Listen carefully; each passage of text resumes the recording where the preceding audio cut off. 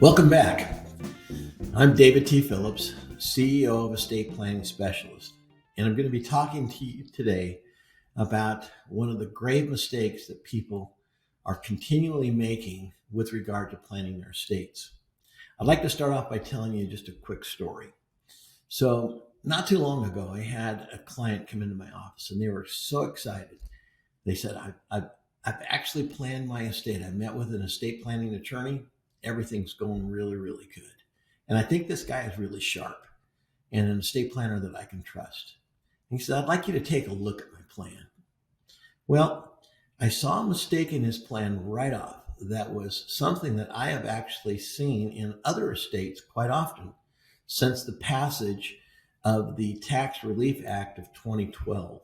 You see, in the Tax Relief Act of 2012, Congress decided to kind of mess around with what's called portability, or create a concept of portability. And portability simply means that if I have an estate that's possibly in the realm of having an estate tax, I can simply wait until the surviving spouse passes away. So the survivor passes away, and the estate would be consolidated into one, and there would be an exclusion for one and an exclusion for other, and that would all be applied at that particular point in time, called portability.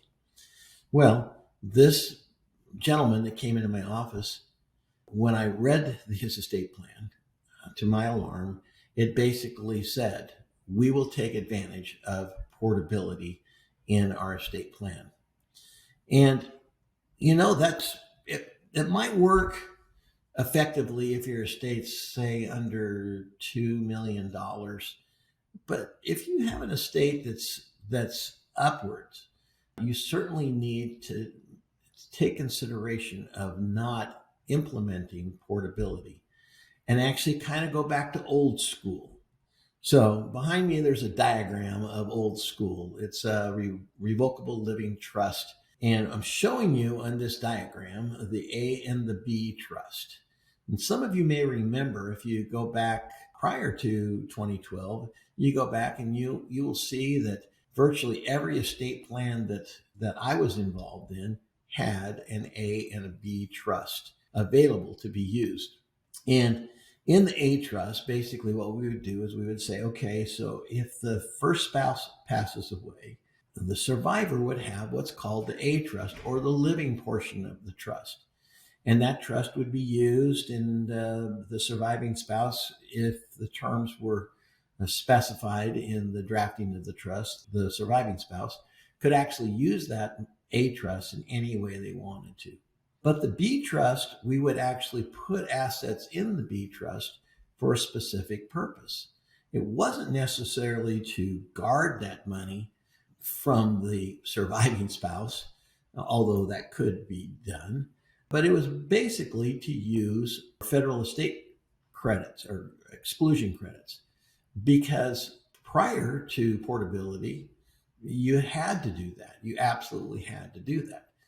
And so when I was reviewing this gentleman's estate, I saw that he didn't use the A and the B trust, only portability. And I knew that his estate was upwards to around $12 million. So think about this for a second. Right now, we have looming the Tax Doomsday of 2025. It's going to be here. It's going to come. We know it's going to be here unless some surprising tax reform is done prior to 2025.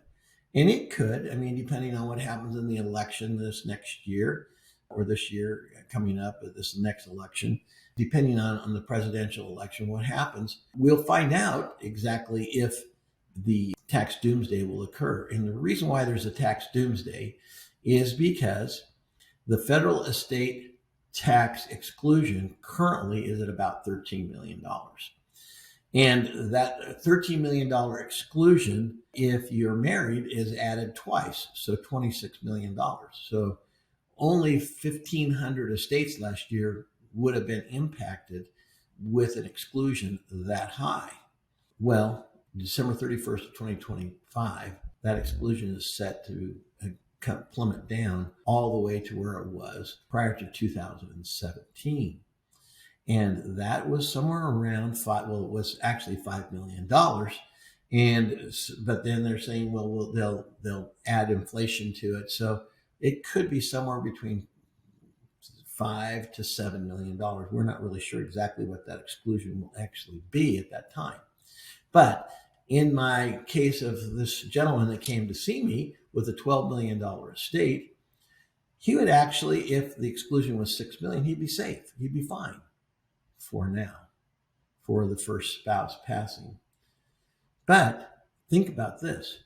If I take all of the assets and I put them into the surviving spouse's estate, now $12 million, and the estate grows, it continues to grow. Instead of shrinking, it grows.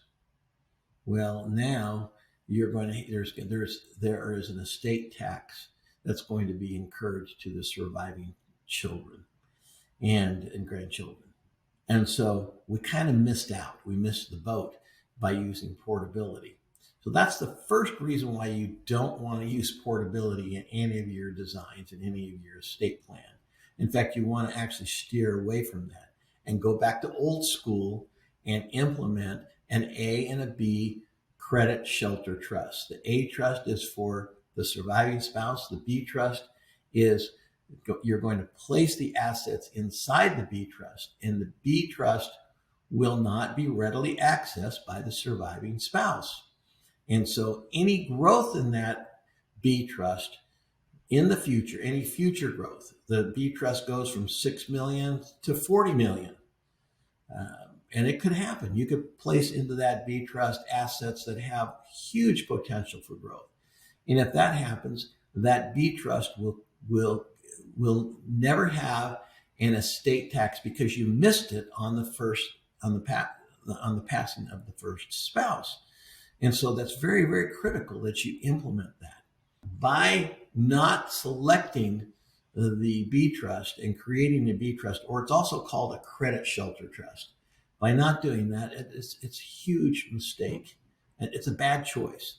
And you really don't want to have that even be part of your estate plan. So I've actually had estate planning attorneys argue this with me and say, well, why should I even bother?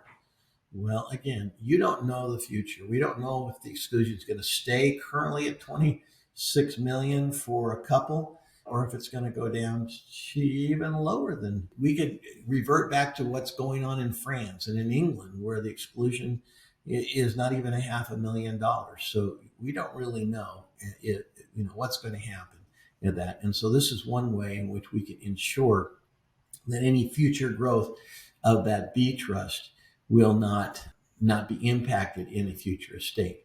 Plus, the surviving spouse will have access to that B trust throughout their life.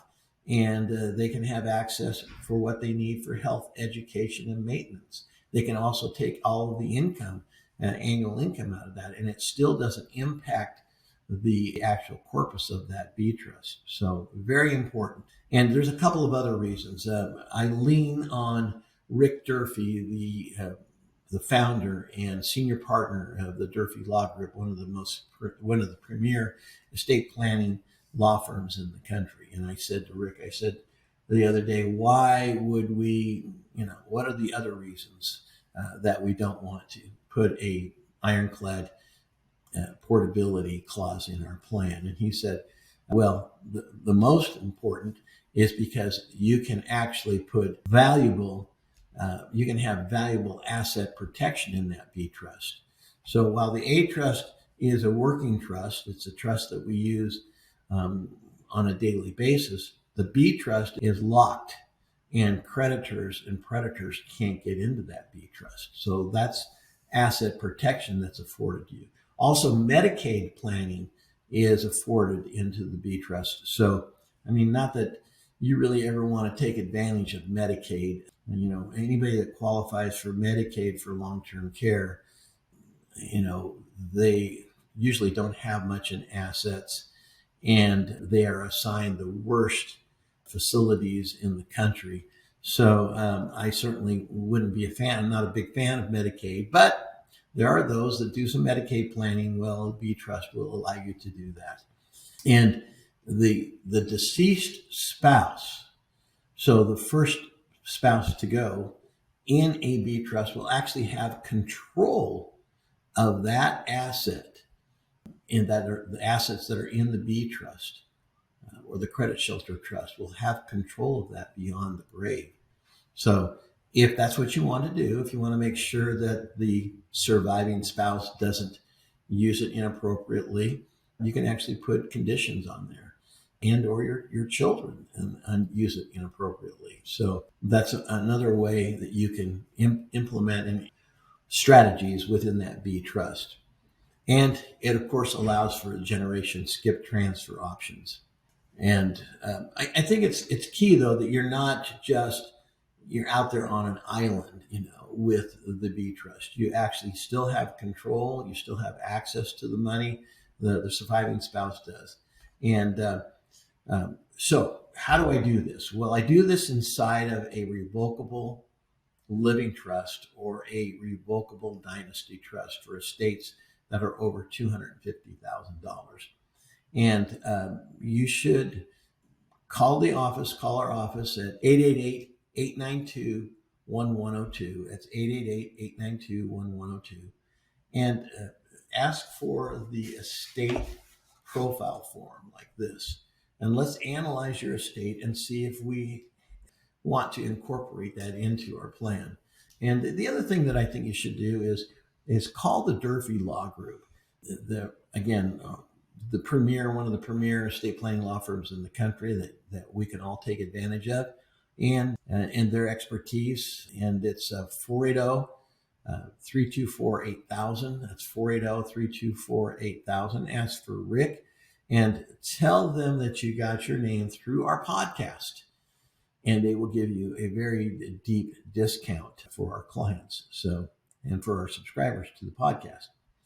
You're also going to want to call our office and order my recently updated 10 Most Common Estate Planning Mistakes booklet. Or actually, it's a book, and it's published by Amazon right now. But if you call our offices, you can get a discount on that of 50%. Or if you would like, just go to our website, which is epmez.com. That stands for Estate Planning Made Easy.com, which is the name of our podcast, Estate Planning Made Easy. And go into the order form for the booklet and use the discount code, which will be actually EPMEZ.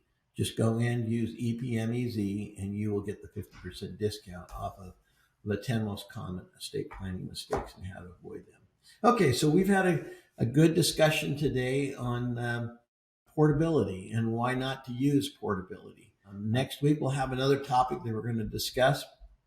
And I think you'll find as we build on this, we're going to find a lot of solutions to improper estate planning, how to leverage your assets effectively, how to build your own tax-free family bank, how to take advantage of the new avant-garde long-term care options that are so surprisingly awesome. And we're going to just talk about a lot of things throughout our podcast and for the next couple of weeks, months, and we'll see where things take us. This is David Key Phillips, CEO of Estate Planning Specialist, and your host to Estate Planning Made Easy. Signing off for now. Have a wonderful day.